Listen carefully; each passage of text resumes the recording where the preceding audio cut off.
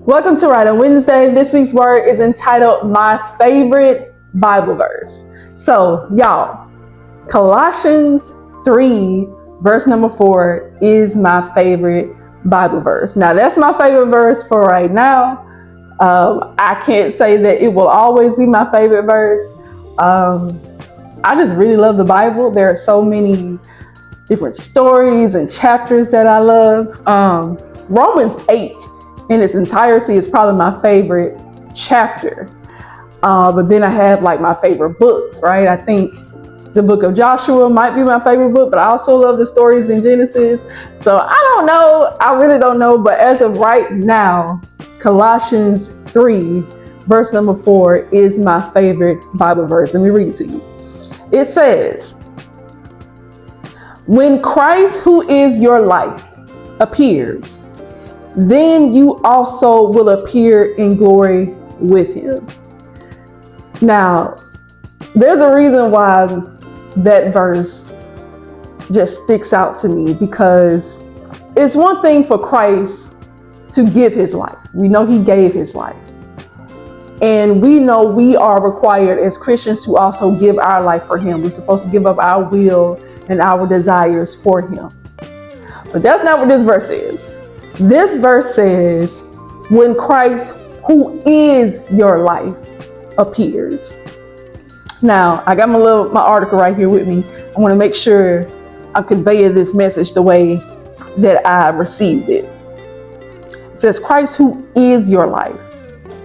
This goes beyond giving our life to him. This is about making Christ our life.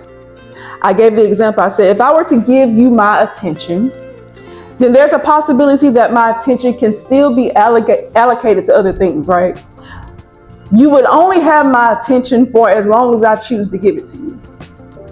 But if I make you my attention, not give you my attention, if I make you my attention, then you have become my focus.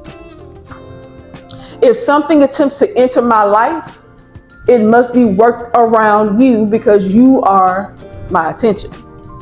If something conflicts or disrupts my primary focus, which is you, I have to cut it loose, because I have opted to not just give you my attention, but to make you my attention. Now, this is where some people may think that we as Christians have gone too far, right? This is the limit to which some people do not attain. They love Christ, so they say they love him, right? They want Christ in their life, but they don't want Christ to become their life. This is the point that some people may say is borderline obsession. This is where people tend to call people a Jesus freak, or they say it's not that serious. They think it's better to give Christ your attention, but to make him your attention, that's a bit much.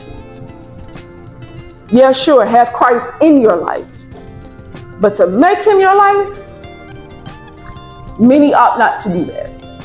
And this is why I love this verse. This is why I love Colossians 3, verse number 4. Again, it says, when Christ, who is your life, appears, then you will also appear with him in glory. This verse, it separates casual believers from devoted ones. Christ being in our life is one thing. When Jesus comes into our life, or when we allow him into our life, yes, we allocate our time and our attention to him as we see fit. But the more we abide in Christ, he gradually begins to bleed into every crevice of our existence. We mature from giving our attention to Christ to making Christ our attention. There's a difference. We graduate from allowing Christ to be in our lives to making Christ our life. We make him our life. He's not just in our life, he is our life. As the singer Ty Tribbett sang, I love Ty Tribbett, y'all. I love his energy. I love his spirit. He sang a song entitled Everything. And he basically was saying that Jesus, God, is everything to him. He's our joy. He's our peace. He's our hope. He's for sure all of these things in our life, but Christ isn't just these things in our life. Christ is our life. And if Christ is in your life, or if Christ is your life, nothing in this world should bring you more joy than abiding in him. There should be no greater expectation or joy that you have, or hope that you have, in seeing your life, who is Jesus Christ, appear, and you also appearing with him in glory, just as it says in Colossians 3, verse number 4. Some may say that's obsession. Some may say you are being overly religious. It's not that serious. You're a Jesus freak. You're taking it too far. But if something is your life, then it means everything to you. It means everything to you. If it's your life, it's your life. And you center everything around it. So, is Christ in your life, or has Christ become your life?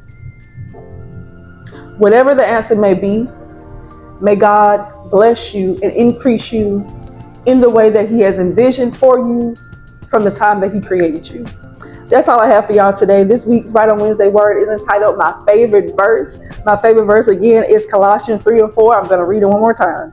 When Christ, who is your life, appears, then you also will appear with him in glory. I pray this word has blessed you. May God keep you. Until next time, take care.